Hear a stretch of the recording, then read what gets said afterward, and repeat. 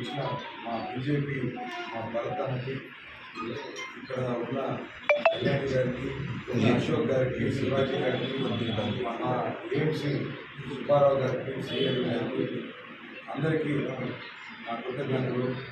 ముఖ్యంగా నేను వచ్చి కేతిరెడ్డి రామకోటారెడ్డి గారి రెండో అపాయింట్మెంట్ కేతిరెడ్డి చేసేది నా పేరు. మేము గత ఎలక్షన్స్ వైఎస్ఆర్సీపీలో చేయడం జరిగింది. బీపీఆర్ గారు పిలుపున్నారు. ఈసారి బీపీఆర్ గారు పిలుపున్నారు తెలుగుదేశం పార్టీకి రావడం జరిగింది. అయితే మీకు గత 5 ఏళ్ళు జరిగింది ఏంటి, అసలు కావాలో జరుగుతుంది ఏంటి అనేది చెప్పడానికి ఈ ప్రెస్ మీట్ పెట్టడం జరిగింది.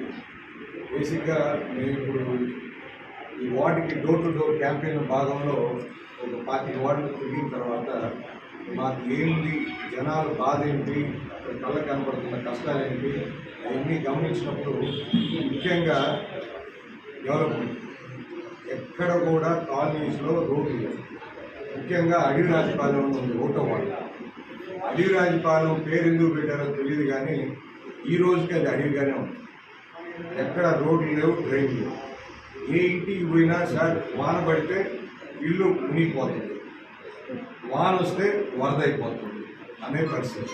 ఎక్కడ మంచినీళ్ళు సరే అటువంటి ఓటో వార్డు పోయినా అదే పరిస్థితి, 17వ వార్డు గుణమండు పోయినా అదే పరిస్థితి, ఇంకో 16వ వార్డు బాలకృష్ణ నగర్ పోయినా అదే పరిస్థితి. సరే కొన్ని 6వ వార్డు కొనుగోలు సంఘం అంటే ఎస్టీ కాలనీ అక్కడ పోయినా ఇదే పరిస్థితి. సరే తీరా ఏందని కనుక్కుంటే గతంలో ఇప్పుడు ఆయన మేనిఫెస్టోలో ఇచ్చారు, నేను main road trunk road 100 feet road చేస్తాను. దాన్ని ఎవరు అడిగారో నాకైతే అర్థం కాదు. కావాలో ఏ ఒక్కరు అడగల ఆ రోడ్డు ఇవ్వమని. అక్కడేమో 100 ఫీట్ రోడ్, ఎందుకంటే already 45 feet existing road. 45 ఫీట్ని 100 feet ఎవరు అడగరు. కానీ ఊళ్ళో ప్రతి వీధిలో ప్రతి ఇంట్లో వాళ్ళు బాధపడుతూ మాకు రోడ్లు వేయండి అడిగితే అక్కడైతే రోడ్లు వేయాలి. సో దీని బడ్జెట్ వచ్చి 55 కోట్లు. 55 కోట్లు పెట్టి ఎవరు ఏ ప్రజలు అడగని రోడ్లు వేయటం ఏంటి? ఆయన ఇంటి ముందు 45 అడుగులు సరిపోవాలి, 100 అడుగులు కావాలి. కానీ పిల్లల్లో 20% కూడా వర్క్ చేయించలేని అసమర్థ ఎమ్మెల్యే అని నేను చెప్తున్నాను. ఎందుకంటే 1.5 సంవత్సరంలో 80% కంప్లీట్ చేయడం ఏంటి? ఈ 20% 5 ఏళ్ళు కూడా కంప్లీట్ చేయాలి. అది కానీ కంప్లీట్ చేస్తుంటే ఈరోజు నీటి ప్రాబ్లం, నీటి సమస్య ఉండేది కాదు. ముఖ్యంగా టీట్కో తెలుగుదేశం ప్రభుత్వంలో అపార్ట్మెంట్లన్నీ కంప్లీట్ చేశారు. కంప్లీట్ చేసిన తర్వాత దానికి ఓన్లీ రంగులు మార్చారు తప్ప ఈ 5 ఏళ్ళలో 4 ఏళ్ళు మనుషులు ఊపల పేదోడికి ఇల్లు ఉండాలి. సరే ఇచ్చారు, ఇస్తే ఏం చేయాలా? మొత్తం కంప్లీట్ చేయాలి వర్క్. ఓన్లీ రంగులు మార్చారే కానీ అక్కడ కనీసం కాంపౌండ్ వాళ్ళు కూడా కట్టాలి. ఈరోజు అక్కడ ఒక కుటుంబం, ఒక భార్య భర్త 3 పిల్లలు, ఆ ఇంటికి గృహప్రవేశానికి వచ్చి గృహప్రవేశం పూజ జరుగుతుంది.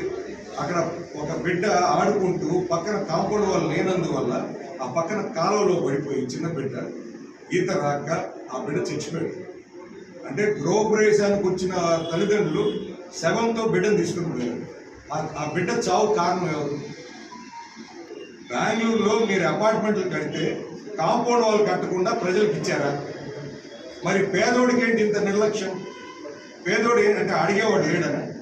అంటే నువ్వు కాంపౌండ్ వాళ్ళు కట్టకుండా వాళ్ళకి ఇవ్వటం వల్ల ఈరోజు ఆ బిడ్డ చచ్చిపోయాడు. ఆ బిడ్డ చావుకి ఎవరు కారణం? ఎమ్మెల్యే గారు కాదు. నేను ఇన్స్పెక్షన్ చేయలేవా? మున్సిపల్ అడ్మినిస్ట్రేషన్ లేదా? కాంపౌండ్ వాళ్ళు కట్టకుండా అట్టేస్తారు. సరే పోనీ అదొక సమస్య. రెండోది 3 ఫ్లోర్లు నీళ్లు లేవు, ట్యాప్ నీళ్ళు రావటం లేదు. ముసలి వాళ్ళు 3 ఫ్లోర్లు మోసుకొని వెళ్తున్నారు నీళ్ళు. ఎంత నరకం! ఆడవాళ్ళు ఈయనకి ఓటేసిన దానికి ఓకే నువ్వు నాకు ఓటేస్తావా, నీ అంతు చూస్తా, నువ్వు పేదోడివి, నీ అంతు చూస్తా, ఇదే పరిస్థితి కనపడతావు.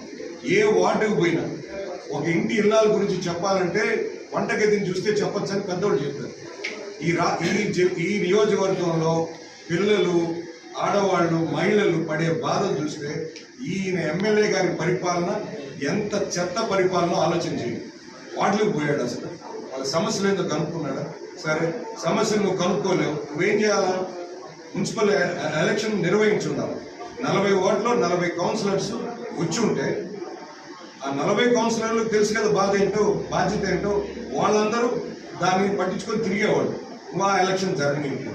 ఎందుకంటే వాడు 40 మంది నీకు అడ్డం, నీకెవరు అడ్డం చెప్పకూడదు. అందరిని ఎగురు బానిసల్లాగా రావాల్సింది. అసలు ఫస్ట్ టైం చరిత్రలో ఎలక్షన్, మున్సిపల్ ఎలక్షన్ జరగని ఏదైనా ఒక 5 ఏళ్ళు